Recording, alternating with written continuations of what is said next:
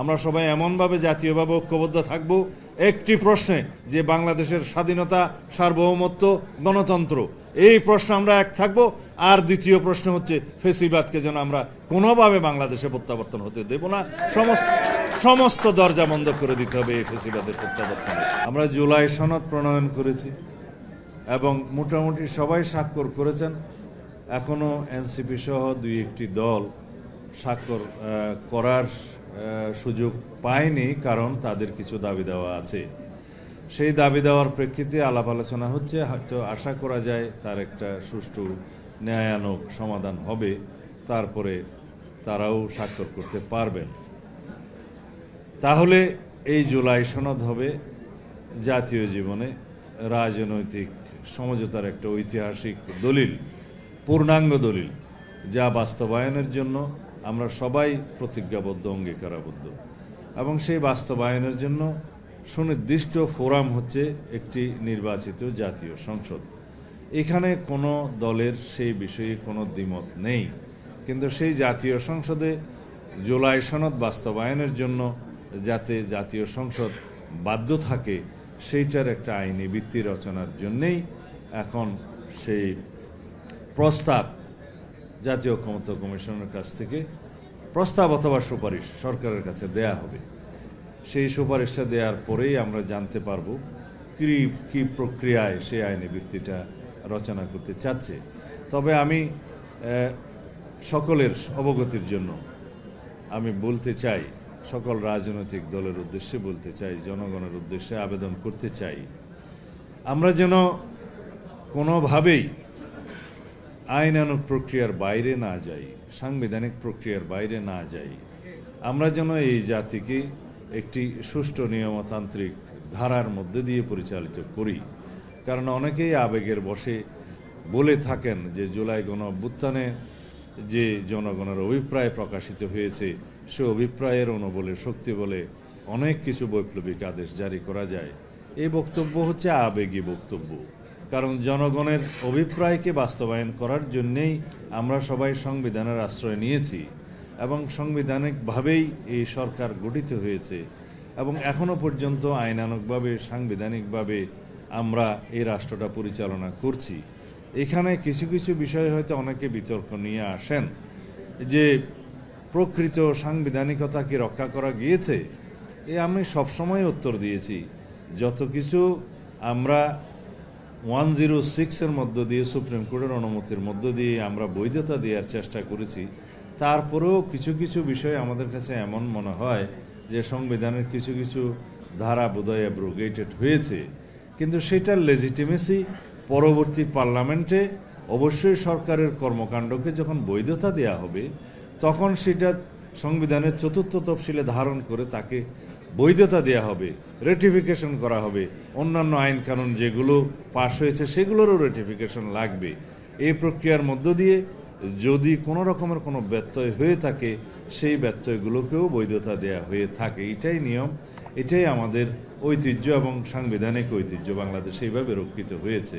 সুতরাং আমরা সেই দোহাই দিয়ে যেন আবার এমন কোনো অসাংবিধানিক পদ্ধতির দিকে না যাই, যাতে ভবিষ্যতে এটা নিয়ে আবার প্রশ্ন উঠবে যে যার আদেশ জারি করার কথা তিনি করলেন না, যেভাবে আদেশ জারি করার কথা সেভাবে হলো না, সেই আদেশের ভিত্তি যদি আইনানুগ না হয়, তাহলে সেই আদেশের আইনানুগ ভিত্তি কীভাবে রচিত হবে এবং সেটাকে বাস্তবায়নের জন্য কীভাবে আবার পার্লামেন্টকে জনগণ সম্মতি দিবে, এই কথাগুলো যেন আমরা না আনি।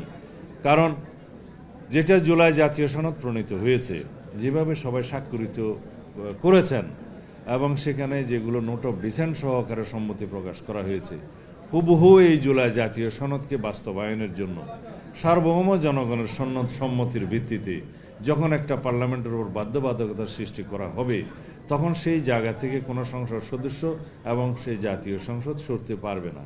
এবং সেইটাই হচ্ছে প্রকৃত জনগণের অভিপ্রায় এবং কনস্টিটিউয়েন্ট পাওয়ার।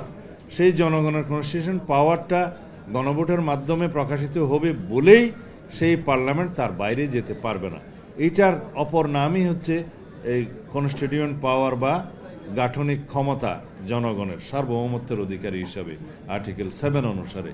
এই কথাগুলো আমরা বোঝাতে চেষ্টা করেছি এবং আমরা সেই নিয়মতান্ত্রিক পদ্ধতিতে গিয়ে পরবর্তী পার্লামেন্টে সেই পার্লামেন্ট যেন জনগণের সেই সম্মতিটা বাধ্যতামূলকভাবে বাস্তবায়ন করে, সেই জায়গায় আমরা আছি। এখন যদি আমরা ইমোশনালি রাজনৈতিকভাবে সুখ অনুভব করার জন্য অনেক রকমের বাক্য ব্যয় করি, অনেক রকমের আদেশ নির্মাণ করি, সেই আদেশের ভিত্তিগুলো নিয়ে ভবিষ্যতে প্রশ্ন উঠবে, জুডিশিয়ারিতে কেউ প্রশ্ন তুলতে পারে, সেই জায়গায় যেন না যাই। আমরা যাতে একটা নিয়মতান্ত্রিক পদ্ধতিতে এসেছি, সবার সম্মতিক্রমে এই জাতির একটা ঐক্যের মধ্য দিয়ে যেন আমাদের জুলাই সনদটা বাস্তবায়িত হয় এবং আমরা শহীদের স্বপ্ন পূরণ করতে পারি, এই জাতির প্রত্যাশা পূরণ করতে পারি, সেই আহ্বান সবাইকে জানাবো। আমার ভাই যারা নতুন রাজনৈতিক দল গঠন করেছেন, এনসিপি, তাদের অনেক রকমের বক্তব্য আছে যেগুলো আমরা নিজেরাও ধারণ করি আমাদের অভ্যুত্থানের অঙ্গীকার হিসাবে, কিন্তু সেগুলোকে একটা বাস্তব রূপ দিতে হবে এবং বাস্তবের নিরিখে কথা বলতে হবে।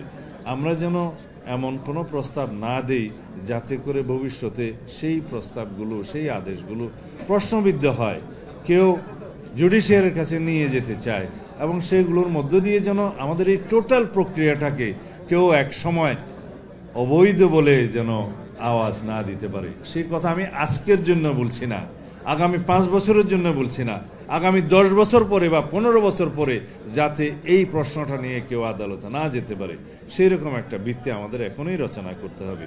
সুতরাং আমরা অতি সাবধানে আমাদের অর্জিত যে সাফল্য, সেই সাফল্যকে আরও সাফল্যের জন্য সামনে এগিয়ে নিয়ে যেতে হবে। আমরা চাই আমরা সবাই যেভাবে ঐক্যবদ্ধ হয়েছিলাম ফ্যাসিবাদ বিরোধী গণতান্ত্রিক আন্দোলনে, যেভাবে আমরা ঐক্যবদ্ধ থাকার কারণে বিজয়ী হয়েছিলাম, যেই কারণে ফ্যাসিবাদের পতন হয়েছে, পালিয়ে যেতে বাধ্য হয়েছে, সেই রকম ঐক্য যেন আমরা বজায় রাখি। এই ফ্যাসিবাদ বিরোধী জাতীয় ঐক্যই হবে আমাদের সামনের দিনে এগিয়ে চলার জন্য একমাত্র শক্তি। আর যদি সেই ঐক্য কোনো কারণে আমাদের মধ্যে নষ্ট হয়, তাহলে সেটা ফ্যাসিবাদের প্রত্যাবর্তনকেই কেবল টেনে নিয়ে আসবে বা ফ্যাসিবাদের প্রত্যাবর্তনকেই যেন আহ্বান জানাবে। আমরা যেন সেদিকে না যাই। আমরা সবাই এমনভাবে জাতীয়ভাবে ঐক্যবদ্ধ থাকব একটি প্রশ্নে, যে বাংলাদেশের স্বাধীনতা, সার্বভৌমত্ব, গণতন্ত্র, এই প্রশ্নে আমরা এক থাকব। আর দ্বিতীয় প্রশ্ন হচ্ছে ফ্যাসিবাদকে যেন আমরা কোনোভাবে বাংলাদেশে প্রত্যাবর্তন হতে দেব না, সমস্ত দরজা বন্ধ করে দিতে হবে এই ফ্যাসিবাদের প্রত্যাবর্তনে। সেই জায়গায় যেন আমরা ঐক্যবদ্ধ থাকি।